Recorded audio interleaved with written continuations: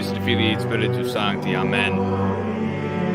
Ave Maria, gratia plena, Dominus tecum, benedicta tu in mulieribus, et benedictus fructus ventris tui, Iesus. Sancta Maria, Mater Dei, ora pro nobis peccatoribus, nunc et in hora mortis nostrae. Amen. In nomine Patris et Filii et Spiritus Sancti. Amen. Brethren in Christ, Laudetur Jesus Christus. In secula. This is Timothy Flanders with the meaning of Catholic. Jesus is King. Welcome to another edition of Terror of Demons morning show, reclaiming traditional Catholic masculinity, Tuesday edition, with co-host and author of the book, Kennedy Hall, and Jake Fowler. Jake, how you doing, brother?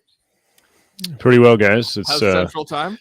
Central Time is the only time. It's 3:05. No, sorry, 4:05. 4:05. Oh, you're in Mountain Time for a minute there. I might as well be. Gosh, going to bed at 11:15, and then the alarm goes off at 3:10. You're like, oh no. But what's up, Skid 2041? I think Skid is a Texan, if I recall. Skid, help me out. I think pretty sure he's a Texan, so he might be also in the right on the whatever time zone you're in. I forgot now. Doesn't even exist. Hopefully Skid got some more rest, but it was worth it though, because I was recording for your channel. Yeah, your next show is on the Akakian Schism, right? Is that the next? That's right. Okay, and that's going to premiere there today. Awesome. Today, 4:35, something like that. After I get off work. Sweet. Yeah, this is such an important moment in history because first East-West Schism, the papal primacy is confirmed by the Eastern bishops and the Emperor Justin.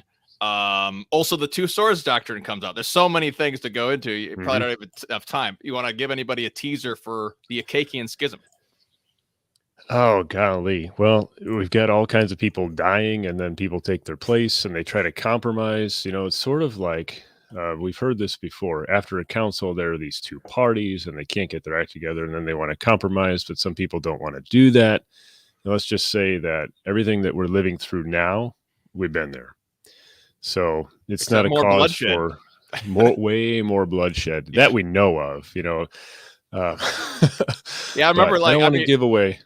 Right, like we think it's bad, but at that time, people were literally it was so bad. There were mobs going into the church during mass and beating people to death.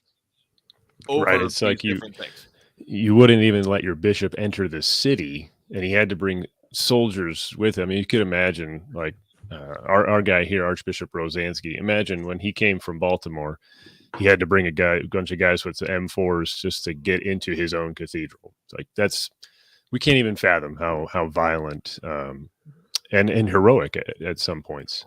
But anyhow, that's gonna be like 4 or 5 o'clock today. Absolutely fantastic, wonderful. Well, welcome to the third week of Lent. We've made it to the third week of the Great Fast. I love what halfway through now. Well, there's 4 Sundays of Lent, and then there's Passion Tide. I don't know if that's halfway through. I don't think it is. It's 40. Let's see. Let's do a calculation. I'm just hungry, so I just want to know when it's. Oh, you're just hungry. Okay, well. I think next week is the halfway point, right? Is it Laetare Sunday. Well, we got the priests will wear. Well, fourth Sunday of Lent is Laetare Sunday, so. Yeah, I think that the beginning of the fourth Sunday marks the finish of the fourth Sunday would be obviously, or the fourth week would be more than halfway, but. So there's 40 days of fasting. The priest wears robes. Right. Yeah. Because there's 40 days of fasting, but there's 6 extra Sundays as well. So there's 46 total days of Lent. You know what? I'll take out this saint maker. I've got to give them a shout out. Perfect. We're not even getting paid for that promotion, but we're going to promote it anyways. It's to get indulgences, you know. There we go. Perfect. Let me see here. Fantastic. Yeah, I love what Father Z wrote in 1 Peter 5 on his post. Every week he has a preparation for Sunday Mass according to the Latin Mass. It's a fantastic column that I love reading every week. He talked about how the first 2 Sundays in the gospel, Jesus is on defense. He's defending against the attacks of the enemy, the devil. And then third Sunday of Lent, that's when Jesus turns and goes on offense and attacks the devil by liberating this person from demonic possession in the gospel on the third Sunday of Lent. So it's kind of a shift in this. Kennedy, what'd you come up with? Yeah, we're almost halfway. Almost halfway. What's the actual halfway point? Well, because Easter is April 17th, so about 46 days in Lent overall, including the Sundays and whatnot. So we're about 25 days, 26 days from it. So we're almost halfway. All right. Well, almost half day. We're almost there. Keep up the penance. If you failed, make sign of the cross and thank God that he's given you an occasion for humility because you need his grace. Thank God.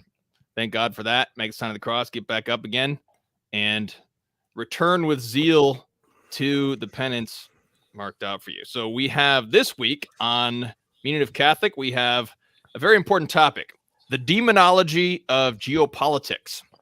You've heard of conspiracies and rumors of conspiracies. You've heard of wars and rumors of wars.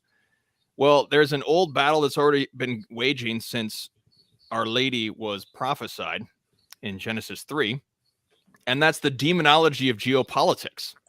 The conspiracy of Antichrist, which we spoke of in the Guild family stream last week, which is in the book of Revelation, the conspiracy of Antichrist and the fallen angels, the demons, and all their puppets, which are these different government leaders who have sold themselves off to Satan in various wicked rituals that we can only know the half of, are working for Satan. And there's a demonology of geopolitics. And so all of the things that we're seeing in Ukraine with Russia and everything like that, there is a spiritual conspiracy that's going on. And that's what we really need to face. And that's why we're talking about the consecration of Russia today, because it's a spiritual matter.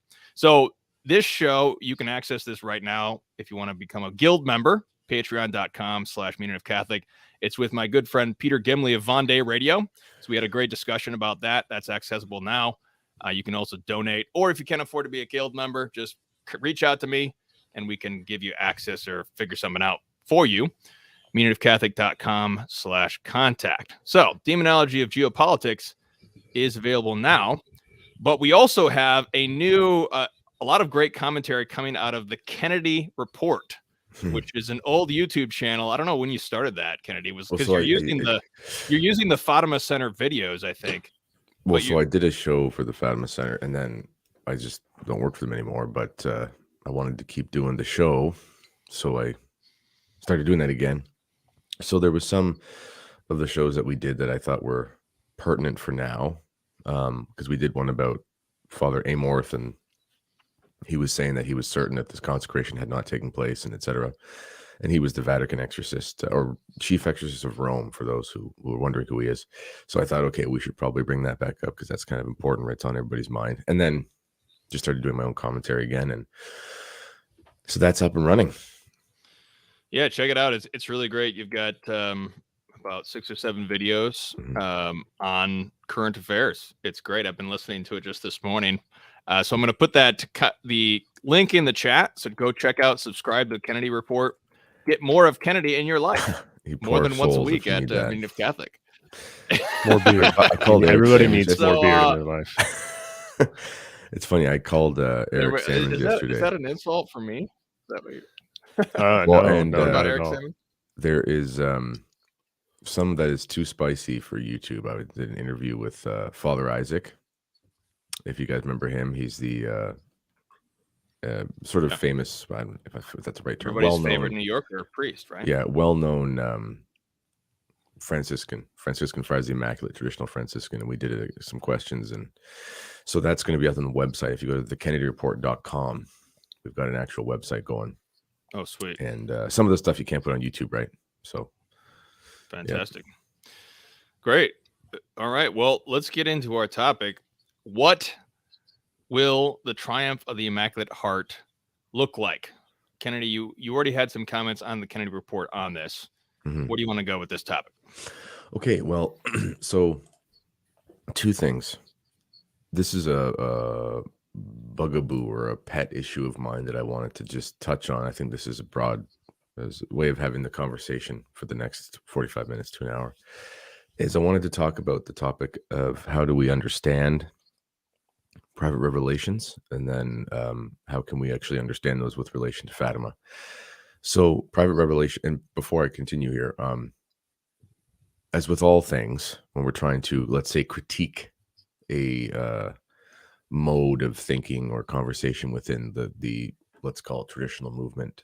Obviously, there's the leftist, liberal, modernist approach where it's going to explain everything away and find a little, molehill and make it into a mountain, sort of thing. That's not what I'm doing. But at the same time, there are things that we should critique in order to get to the truth of the matter. Sometimes within the traditional movement, and not just traditionalists, but traditionally minded Catholics, there's this propensity to take private revelation and extrapolate it to be some grandiose way of explaining all things, and interpreting it in a way that it's de fide gospel. Okay. But the thing about private revelations is that one of the reasons, and in fact, my wife's reading through a book. I think it's called Counsels of Perfection for the Christian Woman or something like that. It's kind of like Terror of Demons, but for women, but written by a priest. But it's a really good book, and it actually goes into the care that you should have when reading mystics and private revelation, and it recommends that you shouldn't even do so without the guidance of a spiritual director, especially as a mother. Anyway, why am I saying all this? Because we don't know how to interpret a lot of private revelations. We don't know what part is metaphorical. We don't know what part is literal. It's hard to know until after the fact. So until we can look back on something and apply it to someone's prophecy or revelation, anyone's guess is as good as anybody else's. And in fact, if we're guessing we might even have a destructive view of how things are going to happen because it's unrealistic, or it's not what was intended by the seer, or what they, that sort of thing. So long-winded way of saying, if we're looking at the actual triumph of the Immaculate Heart when it comes to Fatima, we do have some historical precedent to look to for what we might expect, which grounds us in I don't want to say a reasonable approach or a pragmatic, but you hear this idea of triumph of the Immaculate Heart. Is it going to be some sort of cataclysmic event where there's like a massive cross in the sky? And I don't know, like, who knows? I mean, maybe that could happen. Lots of things could happen. But we also can just look to, because the thing is, after Friday comes, there's rumblings of Pope Francis. He said in his Wednesday audience yesterday, join me in we're going to be consecrating and trusting humanity, especially Ukraine and Russia. I mean, he says a lot of things in his Wednesday audience. I don't know. I mean, all that matters is what we'll see in the text. So if he says we consecrate Russia and Ukraine and all of humanity or something, I don't know if it invalidates it. I don't know. But the point is, we're going to see whether or not the consecration worked after the fact. That's just going to be. So what are we going to look for? Okay. So in 1931 in Portugal, the nation of Portugal did the consecration of Portugal, just the nation, to the Immaculate Heart of Mary with all the bishops, and the Pope had blessed the idea. So that wasn't the consecration of Russia to the Immaculate Heart of Mary, it was the consecration of Portugal. And it wasn't the consecration of Russia with all the bishops. It wasn't even Portugal with all the bishops. It was just they decided, this is Portugal, this is where Our Lady showed up. Rome has not done this. We're just going to do this. And they did. And they were greatly rewarded for doing so. So for people who want to know the context of Portuguese political history at the time, think about what was happening in Fatima in 1917. So about 13, 14 years before 1931. Politics was so Freemasonically corrupt that you had mayors of towns like Fatima throwing children in prison for seeing the Blessed Virgin Mary. I mean, Joseph Pierce, he when he was on with us, Tim, he talked about the myth of the golden age. There have been great ages of faith for sure, but within those ages there have been some terrible, awful corruption in politicians and prelates. Even Portugal was going through a massively dangerous time, and in fact her neighbor Spain, who she's so closely related to, just 2 years after 1931, they had their communist revolution, and nuns and priests were burned alive and things, and it was a terrible 3 years until Generalissimo Franco came in and sort of fixed things. In any case, so Portugal did the consecration of their own nation. The bishops did it there in the way Our Lady of Fatima asked, specifically for Portugal.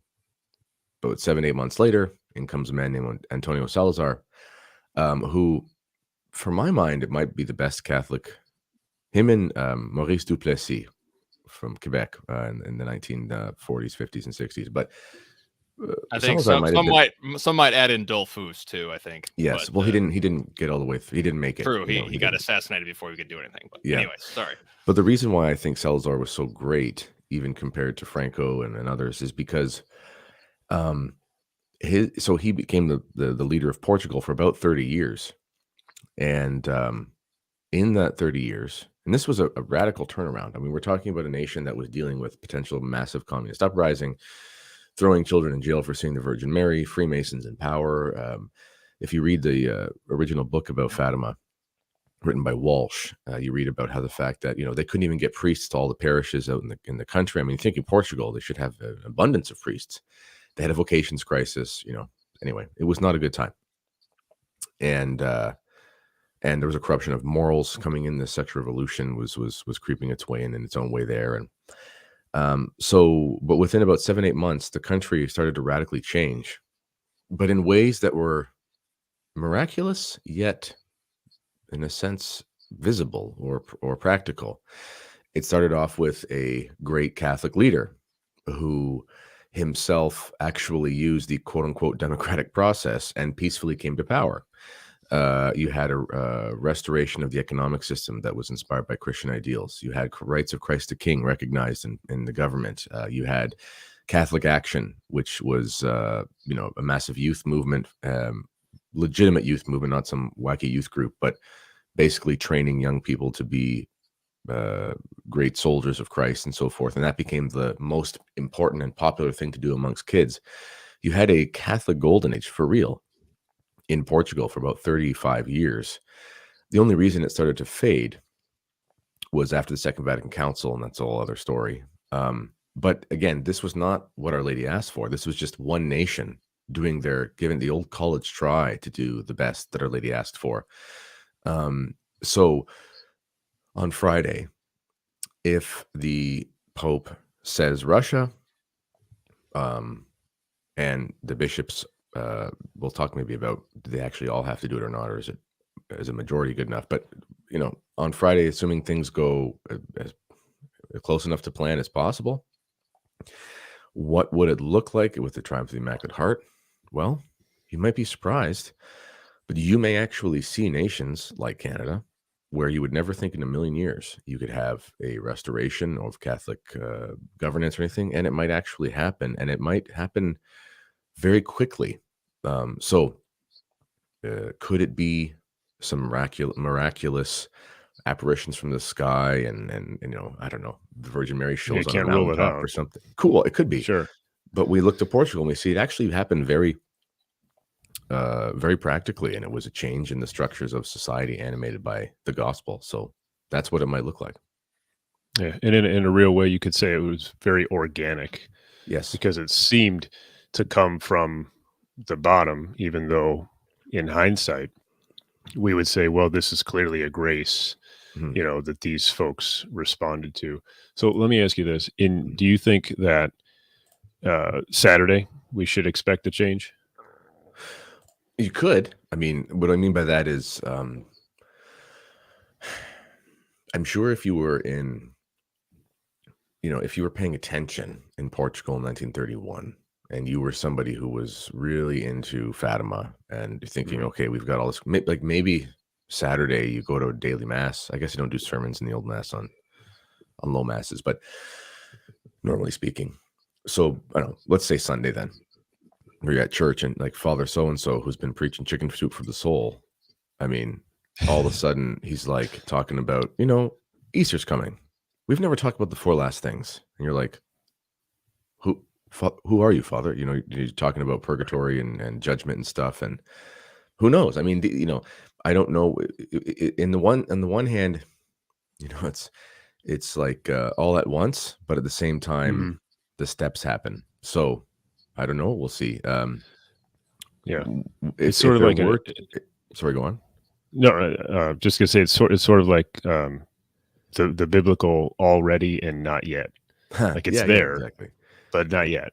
Right. Exactly. So like Paul says we're living in the end times, but it's not over yet. So we're here, but not yet. And so I was thinking when you were explaining that a few minutes ago, that the Triumph of the Immaculate Heart will be primarily an internal thing first. Mhm. We'll have to be converted in our hearts before, the Salazars of our age can take it to the streets, if you will, and affect any real change, and to be honest, most of it, I would venture to say, most of it we won't notice because it'll be within families. There'll be mothers and fathers taking their faith seriously, seeing, look at what the Pope's doing, and look at these great results. That means grace is still efficacious in 2022, So I was kind of thinking, we shouldn't expect, I'm trying not to get my hopes up. I'm obviously pretty excited, but I'm not expecting Saturday morning to wake up and find that everything's awesome. Yeah. It's like a magic spell or something. Right, exactly. Yeah, that would be me falling into that superstition we had discussed a few weeks ago. One of the way, I'm glad it's happening on March 25th, but one of the ways we could know on a Saturday if it worked right away is if the following day was the first Saturday and all of a sudden the churches were packed. Oh, yeah. But a week later, I think it is a week later, yeah, we'll have a first Saturday. Because I think the next Friday is March 2nd or April 2nd or something. So, that's one part of Fatima that is, I don't know if you say equally important. I mean, she didn't say do this first Saturdays and then the world will convert, but she said, this is the devotion that I want. So, one of the things that's so striking about Pope Francis inviting all the bishops, and we'll talk about invitation in a sec, is that sufficient? But when he invited all the bishops and the priests, I just thought about this like outside of the Fatima context for just a second. I thought, what if we were just going through a war? Our Lady had not given us this Fatima promise. This was just a time of Catholic history, and the Pope just said, we're just going to have every single bishop and priest on earth consecrate, these nations to the Sacred Heart, or whatever, anything, consecrate them to Joseph. Who cares? Just do something awesome, and there is power in numbers. I mean, like in the sense of if basically the vast majority of bishops and priests on earth are all consecrating a nation or peoples or whatever to heavenly things at the same time, just that alone is unbelievably efficacious from a perspective of grace. I mean, we all know that, excuse me, if 1,000 people somehow show up in front of an abortion clinic and pray the rosary together, that thing just goes away. I mean, Father Haleman over in, is he in Minnesota? I think so, right? I believe so, yeah. He talks about stories where, there was like a strip club, nudie bar that was opening up near his parish, and he wanted the thing to go away. So he went to the top of the hill and started blowing the shofar in the morning. There we go. And got people to pray. And it got to the point where the mayor, who was a Catholic, was wanted things to go away in the city. He would just call Father Haleman and he'd say, get your guys on it. And they would just pray the thing away. And dirty movie shops and stuff would just close down. Nice. And it'd be miraculous. Like it'd be going through the approval process in the courts, and they would find like you missed this like one piece of paperwork for your liquor license or something like that. And they're like, I thought we did that. It's like, it's not here. And now we have to shut you down, and you can appeal that. And it's like going to take 8 months or something. And they run out of money and they're gone. And it's like the day they finish the novena or something crazy like that, So, right. So, whatever happens on Friday, I'm taking the perspective of, even if, let's say just sadly, the Pope says funny words, is like, and we'll know because he's going to release the text. So, but let's just say he changes his mind and says, we entrust humanity, which includes Russians and Ukrainians, to the Immaculate Heart of Mary or something. It's like, oh, did he really do it? Did he really say it? I don't know. I don't care.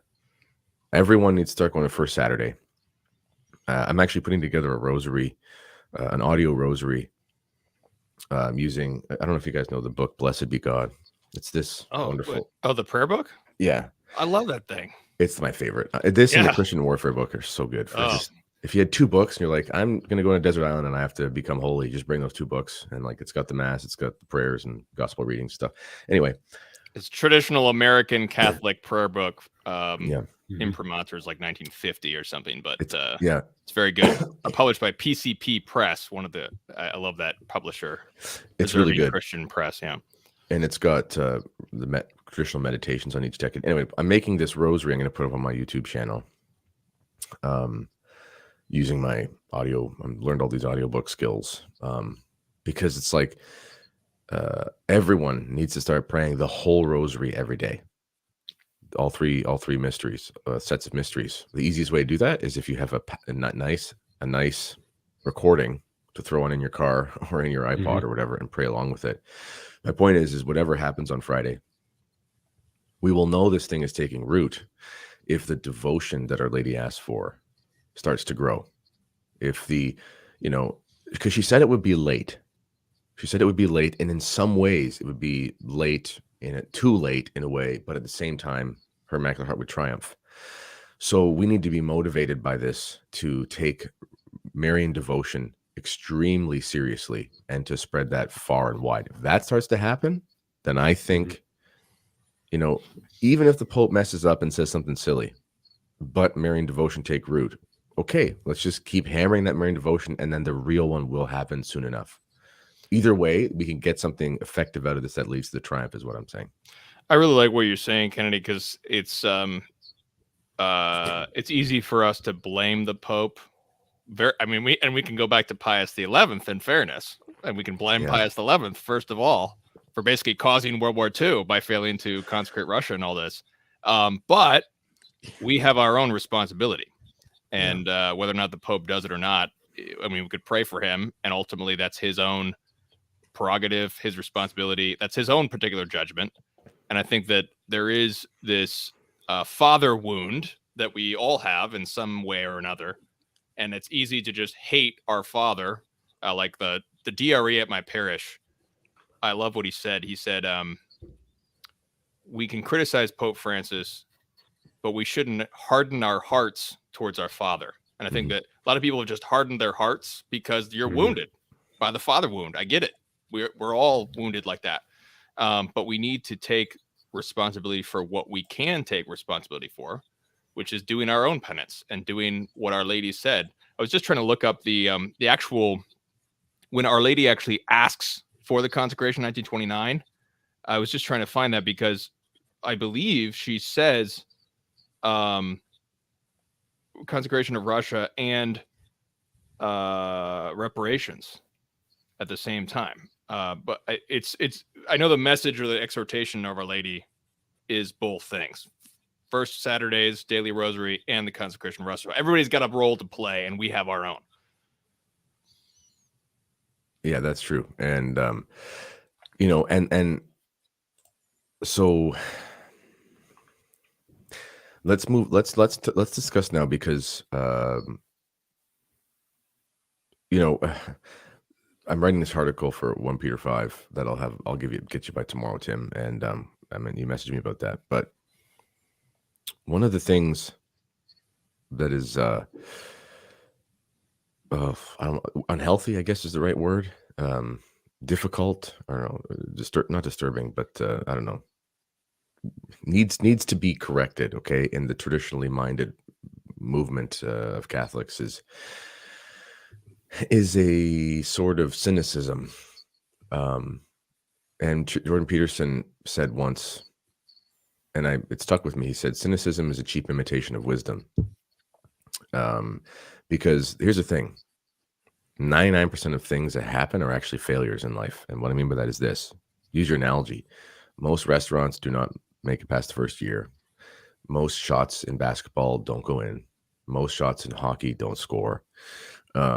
Most passes, in certain situations are not completed. Most plays do not lead to touchdowns. In a way, most things are actually failures. If you think about, you set out, and I'm as a former rugby coach and football coach, every time you do a play, you're actually kind of hoping you're going to score. And 99% of the time, you actually don't. In a sense, you fail. Okay. Most women that you meet when you're young and you're trying to find your wife don't end up being your wife. Okay, most times you discipline your kids, it doesn't take root. Most masses that you take your toddlers to are a bloody disaster. Until one day they're not. Okay. And when something will be fixed, or the fruits of all your efforts will come true, it will come when it comes, and it can't come before that. And along the way, you're actually going to fail almost the entire time. The thing about this cynicism that people have, cynics are correct 99% of the time. Doomsday predictors are correct almost all the time. Well, they're going to lock us down again. You know what? For 2 years, that was exactly correct. And I was proven wrong as a positive person a lot by my friends who were very cynical. And then I remember we were planning, we're in the old normal here in Ontario. It's great. Yesterday, finally, the face diaper mandate ended. I want to have a mask burning party, but I don't own one. So I'm going to have to buy some for kindling. But we were planning a church event. We had this massive, wonderful, old normal St. Patrick's Day thing on St. Joseph's feast day. It was like partying like it was 2019. It was amazing. And it was normal and wonderful. We started planning it in, I think, January or something. And there were people going, there's no point in doing this. They're going to lock us back down. They just said it like, we're locked down. There's no way. It's like, come on, we're in this forever. And they've been saying that for 2 years. And it's like, no, we're not going to be. Maybe we won't be. Like, oh, yeah, you don't know, Kennedy. Come on, like the Rockefellers and the whatever and everything. And it's like, sure. And then all of a sudden we're having a big party with 200 people inside a room, and we don't have to break a single rule to do so. Cynicism is a cheap substitute for wisdom. Again, cynics are right 99% of the time, because guess what? Most things go wrong. So when you say things are going to go wrong, chances are you're going to be right. But it doesn't mean there's any intelligence or wisdom behind it. Okay. So what am I saying about this? Well, Our Lady, so when she asked, and I can't find the text right here, but in 1929, when she appeared at Tui, that's where she gave Sister Lucy this more specifics about how it's supposed to take place. She said, the time has come to order all the bishops. And in English, it says order. I haven't read the Portuguese. Knowing different languages, Latin languages, I can read Portuguese. The words can be translated differently. So that is important. But anyway, she said, order all the bishops of the world in union with the Holy Father to consecrate Russia to the Immaculate Heart of Mary at the same time. That's the gist of it. So Pope has to tell them, all the bishops of the world, to do it. Has to be at the same time. Has to be Russia, Immaculate Heart of Mary. Those in a ceremony. So ceremony, Russia, Immaculate Heart of Mary, all the bishops at the same time with the Pope. So there's 4 stipulations. Okay. Well, we've got them all so far. We've actually have them all covered. Russia is in the consecration. Immaculate Heart of Mary, of course. All the bishops have been invited, and they're all actually doing it at the same time. So let's break some of this down. Some people are saying, well, Kennedy, Pope Francis has invited all the bishops. He hasn't told them they all have to do it. Well, here's the thing, talking to a few priests in the Society of St. Pius X and, traditional priests, and trying to understand this. And I said, fathers, the Pope could come out tomorrow and say, I'm going to slap all your wrists if you don't all do this. It doesn't mean they're going to do it.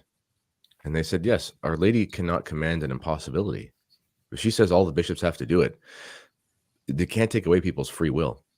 So if some bishops decide to do it, if a bishop's conference decides not to do it, they decide not to do it. But we know, especially with our church history expert here, maybe you can comment on this, Jake. When we say that an ecumenical council has happened and has been valid, we say all the bishops in union with the Pope. Right. It's never I was just thinking that 100% are there. But what you have is a moral majority. They represent the bishopric, the episcopacy worldwide, and there's a assent of the body of bishops, and it's sufficient. I would imagine Our Lady understands ecclesiology, right, and something similar might happen. What do you think? It's got to be that way. What if you had a guy in the hospital? Yeah, he's unconscious because he's 85 and he has cancer or something. So it's not and never has been a numerical unanimity. It's always been a moral unanimity, like you pointed out. So suppose your bishop forgets, God forbid. Yeah. Oh, that was an hour ago. Oh no, I missed the time slot. Well, I'll just, when I get home, well, that will still count because he intends to do that. Right. And so, and by the Pope, the way I read it, inviting everybody, I read that as like, no, he's telling them that they better do it. Sort of like, I remember when I was a policeman and the captain would be like, I suggest that you go and do this today. And you're like, oh, that's an order. I got it, Cap. Okay. you didn't tell me to, but I know what you mean. So yeah, it seems oh, sorry. Go ahead, Jack. No, I was just going to say, it seems like that's the dynamic, that Francis doesn't have to say, you all better get online at 5 p.m. Rome time, and we're going to do this giant Zoom call where we consecrate our Russia. It seems to me to be enough that this is the intention of the church, as indicated by the intention of her head. And whatever comes, like you said, a little while ago, Kennedy, it's going to be good. Whether it's precisely what Our Lady asked for or not, we should expect good things in due time.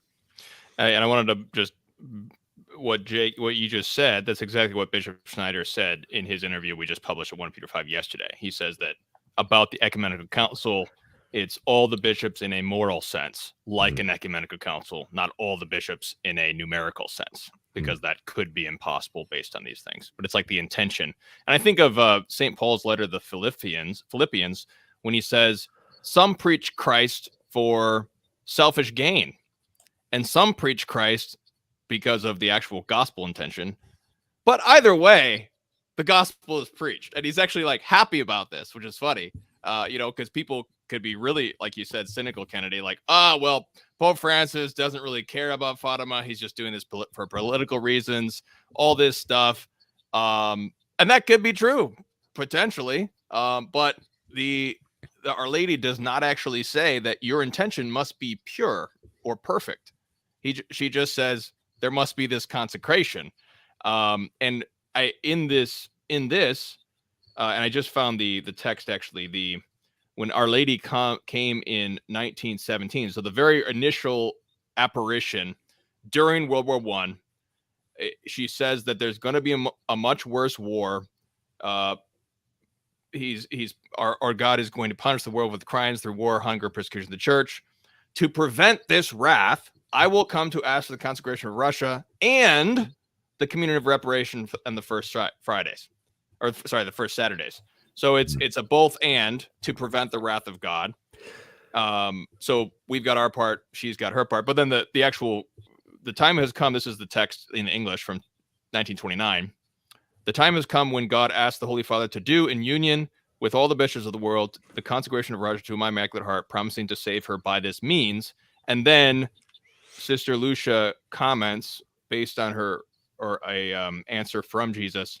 The reason is because Jesus said, quote, because I want my whole church to recognize this consecration as a triumph of the Immaculate Heart of Mary, to then extend this veneration and place alongside the devotion to my Immaculate Heart, to my divine heart, the devotion to this Immaculate Heart. So the idea, obviously, it should be perfect intention. Obviously, our Lord wants a perfect, pure intention.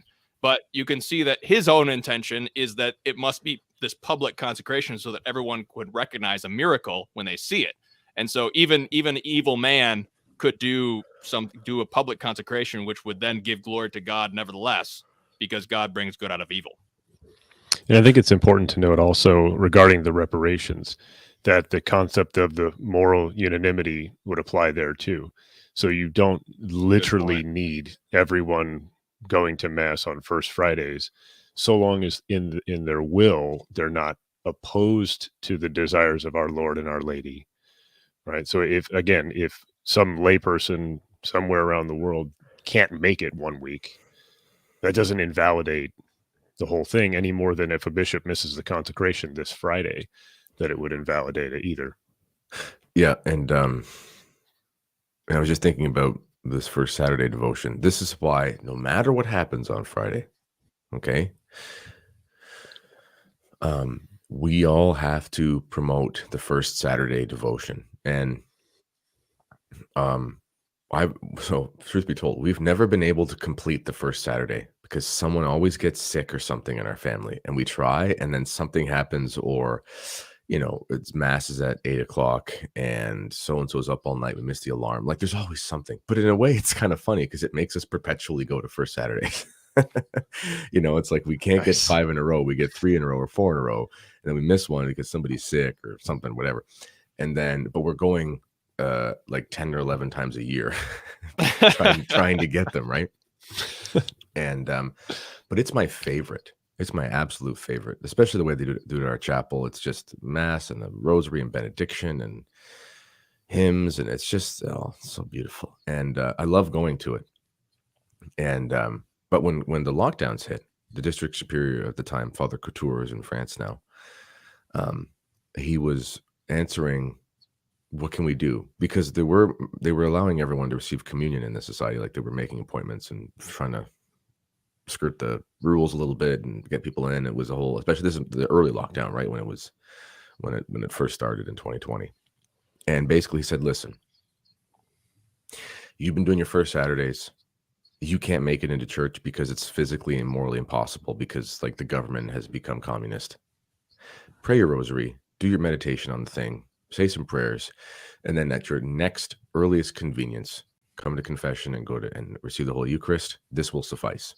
And that's exactly correct. It can't be otherwise. It's like again, the liberals take the leftists, they turn everything in Catholicism into good vibes. So it's like he intended to be a saint. So like, he cheated on his wife, but like, he intended to be a saint. It's like, no, that's not how it works. Okay.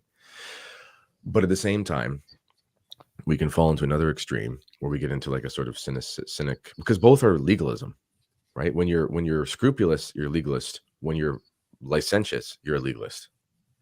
Because on the one hand, you're excusing away all of the demands on you by the law, by explaining away the law, using the law to explain away itself. Okay, it's very pharisaical. On the other hand, you're explaining away anything good by using you're using the law in a perverted sense in both ways. Liberals and, let's call them extreme right trads, they're both legalists. Okay, or scrupulous and liberals in Catholicism are actually both legalists. They're two sides of the same coin. So when it comes to the consecration, to the intention, all sorts of things, if we get to the point where we're saying we're becoming cynical because, like, people have said, well, does the Pope really believe this? It's like, I don't know. Mm-hmm. How could I ever know that? Well, I just can't see Francis actually caring about this. That's not what the question is. It's like, well, my bishop, he's not Orthodox. So like, he's going to say those prayers. It's not going to do anything. That's not how this works. Like, it's just a matter of it being done. So on our part, we all have to do the first Saturdays. And I think personally, I've been doing the first Saturdays for 4 years. I do it all for all those who can't or won't. This is wonderful from one of our commenters. Yeah. Again, Jake asked about practical things we might see. Start having your parish filled up on Saturday mornings with people. Right. Even if your Novus Ordo parish does not do a first Saturday devotion, but there just happens to be Father Bob does mass, everyone just show up with your rosary and receive Holy Communion. How about this one? If you have a devotion to Our Lady, get a small statue or an icon to give to a Catholic family who doesn't have one in their home. Right. That could be a practical step that we take, to further the triumph of her Immaculate Heart. Yeah, here's our brother Tom over in Singapore. Shout out to Tom. He says that the Blue Army Pilgrim Virgin movement of the 60s and 70s actively promoted the first Saturday devotions. I grew up with the Blue Army group as a kid in the 70s. Then the view of the triumph is the increased devotion to the Immaculate Heart of Mary. Mm-hmm. Yes. Ultimately, we have this mystery of divine providence and free will, because God does direct history, and yet in a mystery, which we can't explain, he still has free will, and the conversions do not happen except freely. Except it's obviously stimulated by God's grace. but God preserves our free will in a mystery which we can't explain. And so there is this, the conversion of Russia must be a free conversion, obviously, but God has predicted it. God has prophesied it. And, there already is. And even if you believe, like, if the mainstream view is that John Paul II did the actual consecration and the Soviet Empire fell because of that. But even if you don't believe that, you still would believe that something good came out of it. And you could believe, even if the consecration has not happened, that John Paul II's consecration did bring down Soviet Russia. Mm-hmm. And so there still is a free conversion. And typically those do take time, even though in the history books, like you just said, Kennedy, Salazar's conversion of Portugal was this period of 30 years. And it may not be the churches fill up the next day. It may be a period of years because there is a free conversion. Yeah. It was slow and fast at the same time, which is like every conversion. If you're into good reading material, you can buy Terror of Demons, Reclaiming Traditional Catholic Masculinity by your second favorite bearded, third favorite, because Tim has a small beard. Oh yeah. The last will be first, and the first will be last. I've got the biggest. There we go. Kennedy Hall. Yeah, this. I got the biggest beard, but I'm the least favorite on the show. But I relayed a story in there, which I learned from Father Calloway. So shout out about how in Brazil they basically prayed away communism. It's pretty simple. They just had like millions of people praying the rosary in stadiums and in the street. They just prayed it away. It's like it worked. So, and why not? Let's just do that. Okay. And it's funny, this fellow here mentions the Blue Army. The Blue Army basically took the 1984 consecration, if I'm not mistaken, to be the one. And I know the Blue Army is still around, but I know it's not as big as it was because, and I don't know if this was his experience, but just from my cursory historical glance, it was like, we do this until there's the consecration.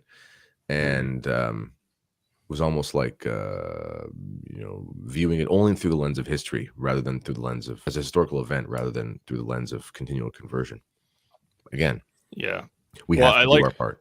I like what you're saying, because it's the in a broader view from just Fatima, we can also, as you just said, Kennedy, Marian devotion is God's answer to modernity is Marian devotion to such a great extent for so many different reasons. As you said, Louis de Montfort, who promoted the Mary's Rosary, or Mary's Psalter rather, which is the 15-decade Rosary, every day. There's a consecration. I was very blessed to come into the church actually at a parish that had a great Montfortian devotion among the people. So I did the consecration according to St. Montfort. But there's also just all these other, we've got Lourdes, we've got other Marian devotions, and we see that the answer to modernity is Marian devotion because it's anti-feminist. It's anti-communist, it's anti-liberal, it's anti all of the errors. It's for the incarnation, because Mary is bringing the throne of Christ to earth through her very body. It's the enmity with the serpent as the demonic continues to grow in our society. There's so many reasons that Marian devotion is the answer to modernity. Something just occurred to me too. I think it's either Benedict or John Paul or both. It may be both at different points in their career, in their writings. They mention how the Marian, let's call it the Marian dimension of the church precedes the Petrine. And so in a certain way, you could think of this as the internal precedes the external, because Mary almost never says anything. She has maybe 2 lines in the gospel, something like that. And she's the spiritual powerhouse behind the growth of the early church with her prayers and her intercessions once she's assumed into heaven. But Peter is the external. He's the juridical structure. He's the one going nation to nation, establishing bishops and leaving behind bodies of faithful people. And so it seems perhaps that, kind of in keeping with what you're saying, Timothy, that the Marian dimension in our age, the internal, will precede, at least to some degree, any external manifestations of this glory. Because if we're not converted in our hearts, how could we go out and do great things for Christ? What do you guys think about that? Yeah, exactly. So, I would reiterate as well for the folks out there that get called the Fatimists like myself. You cannot view this event on Friday. Personally, I don't think you can view it as a negative no matter what happens. And here's the reason. Of course, okay. Yes, in a sense, could you say if Pope Francis pulls a 180, if Pope Francis pulls a 180 and it's like a big trick on everybody, that would be terrible. But at the same time, it would be revelatory, and it's like, well, we need to pray harder now, and if you're motivated to pray harder, then just do it, and thanks be to God, as Tim said at the beginning of the show, you messed up your penance to the sign of the cross and say, thank you. We'll start again. It's not our sin if we're tricked, it's not something that we've done. Again, even if he messes up the words or something, well, we know more than ever, and it's been interesting to see. I mean, the controversial Fatima opinion has, in a sense, starting to become mainstream. I mean, the bishops of Ukraine said, "Please do it the way Our Lady of Fatima asked." They didn't say John Paul II never did it the way she asked, but they said, "Do it the way Our Lady of Fatima asked." It didn't become some big Pope Francis saying, they must be wearing cassocks and Saturnos. They must be mentally, insane or something. Their rigid traditional position. He was just like, okay, So, I mean, we're in an interesting period now where, my bishop, for example, the last man on earth you would ever expect to do something like this. He hasn't put out a statement saying, we love what the Holy Father is saying, but we heed the words of St. John Paul II, and we know it's already been done, so we'll be there in spirit. Nothing like that. It's just, okay, we'll just do what the Holy Father is asking now.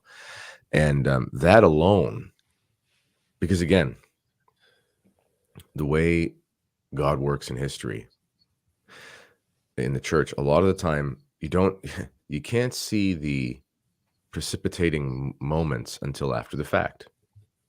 We now have a bishopric and episcopacy that, in a sense, it's like their hearts have softened to where we just went through 2 years of having a physical problem, supposedly, that was needed to shut down the whole world. And there was not a single realistic spiritual solution to that.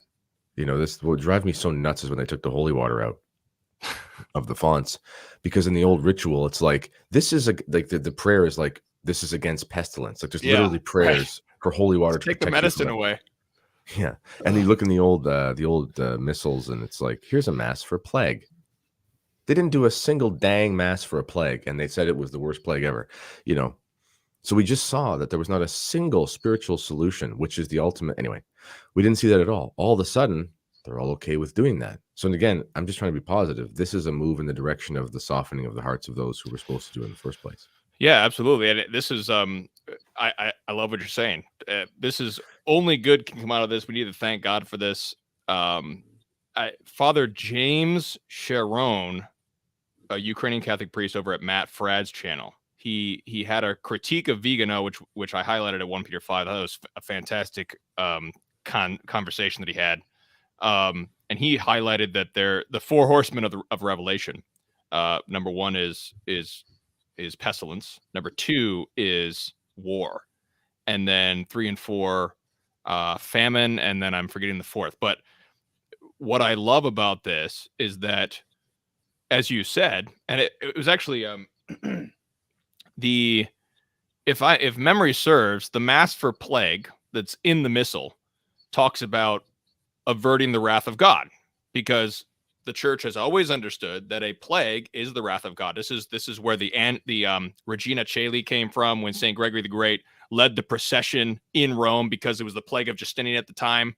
to avert the wrath of God. Plague is a wrath from God. And even if COVID was not an actual plague, it was still the wrath of God in the sense that we had all these lockdowns and all these inconveniences and all these terrible things were happening to society. It's still the wrath of God. And the mass that they put out, if I recall, they did put out a mass against the plague, but it removed any mention of wrath. But mentioning Fatima now in this whole thing, now Fatima is clearly the message in World War I was that God is punishing the world with World War I, and God will punish the world even worse with World War II. So now we have the understanding that this war in Ukraine is the wrath of God. And this does not mean that the Ukrainians are innocent victims of, or the Ukrainians are guilty and the Russians are innocent at all. No, Putin is a monster. But the point is that this war and rumors of war is the wrath of God, and we need to all repent lest we perish. And so I love that we're invoking Fatima so that we can consecrate Russia. But even in a bigger sense than that, we need to restore our spiritual sense so that we understand that the wrath of God comes upon us so that we can repent. It is the salutary wrath of God. It is the discipline of the Father, as Proverbs speaks. So that restoring this spiritual sense. I like what you're saying. Yeah. If, sorry, it was Father Jason. I said James. Yeah, he's great. It's interesting though, this Ukraine-Russia situation. People of goodwill are on two sides of this, or let's say opposing sides of this when it comes to what's happening, who's at fault, and so on and so forth. And when you look at the conflict in Russia and Ukraine, it's like there's no clear bad guy. I mean, aside from what's happening to civilians, modern warfare, bad things happen to civilians. That happened in Iraq. That happens everywhere. Okay. That's not to excuse it, but that's just a fact. But as far as the motivations of it, it's really, the Russians, I've been reading some stuff by some Orthodox prelates and things, and they believe it is like a holy war against the West. I mean, they believe it is about the eternal law and natural marriage, and that's what they believe. And again, they could be wrong in the sense of how it's seen on the one side, but that is their belief about what's happening. That's what they think. You have to understand that that's what they're saying. Therefore, they believe what they believe. That's all they can do. On the other hand, that's not the case on the other side, and the Ukrainians are obviously suffering, and they have their reasons to believe that the Russians are completely unjust. The point is, everybody's right and everybody's wrong. So the only way to solve this is by a miracle. I was talking again to a priest last night from the society, and he was mentioning how the last time that there was a commission sent from some representatives of the society were sent to Rome in negotiations trying to normalize things. And when they came back, they just said, there's no way to normalize things with tradition in Rome, just because it's so disordered. It's like, and they didn't mean this just in a calumnious sense. They just said, there is no natural path forward. There's no practical solution. It's not going to be, it's irreconcilable differences. It's almost like a divorce, we cannot compromise. They cannot compromise. Both of us believe that we have reasons to not compromise, and therefore any step forward just never works, And they came back saying, there can only be a miraculous solution to this because we cannot see how it could ever happen. And that's where we are in the society we live in. That's where we are in the church. And that's where we are with this war. And increasingly, this is where we are in personal relationships because of the wedge issues. Again, I believe that I'm correct on lockdowns and COVID and stuff. But it has basically destroyed parts of my family, and there is no way forward for people. They're just not. I'm not being negative. There just is not. We live in different realities. It has to be heavenly, and because it's beyond our control. Jake, final right, so it seems. Close out. Go ahead. Yeah, I'll keep it brief because I've got a little one who's decided that 5 a.m. is an acceptable time to wake up. He's 4. Cute kid. So I think, just to kind of echo and maybe put a bow on what Kennedy and I were saying earlier, that no matter what happens on Friday, whether Francis hits a home run or strikes out, it's going to be good in some way, in ways that we're not necessarily going to see, maybe not even in our lifetimes. And I think it's important, again, to remember that it will be the interior first, then the exterior. And then last but not least, I was kind of going to throw a little barb out there. Maybe this is a follow-up show after this Friday's festivities. I've heard some folks say that the conversion of Russia will be to their own Russian Orthodoxy. And I reject that. I believe that it will be to the one true church, the Catholic Church. And I know I don't mean to open a giant topic and then run away from it, but it seems to me that when the rest of us live our faith, that gives us cause, or gives them cause, I should say, to see that it's not East versus West, but rather it's meant to be East and West. I think there's a reason Our Lady asked the Holy Father to do it and not the Patriarch of Moscow. But so anyhow, in closing, Marian devotion needs to increase. Attend First Saturday Mass, pray the Rosary, pray for the Pope, and trust that God has this. Absolutely. That's a perfect way to end this. Trust that God has this, because he does. And I want to particularly highlight our Russian Greek Catholic brethren in St. Petersburg, who are working to build the shrine of Our Lady of Fatima to this icon. So the Russian Greek Catholics are working to, so St. Petersburg, they're working to build the shrine to Our Lady of Fatima with this icon. This icon is written by an Russian Orthodox Christian in the sacred language of Slavonic. And so we pray especially for our Russian Greek Catholic brethren in Russia, our Latin Rite Catholic brethren in Russia, and also especially for our Ukrainian Catholic brethren in Ukraine, and the whole body, the mystical body of Christ. When one member suffers, we all suffer. And so we think of the suffering of our brethren in Ukraine, and we pray for the conversion, in particular for the peace, the end of hostilities, and the conversion of hearts through Our Lady of Fatima. So let's pray. In nomine Patris et Filii Spiritus Sancti. Amen. Ave Maria, gratia plena, Dominus tecum, benedicta tu in mulieribus, et benedictus fructus ventris tui, Iesus. Sancta Maria, Mater Dei, ora pro nobis peccatoribus, nunc et in hora mortis nostrae. Amen. In nomine Patris et Filii Spiritus Sancti. Amen. Jesus is King.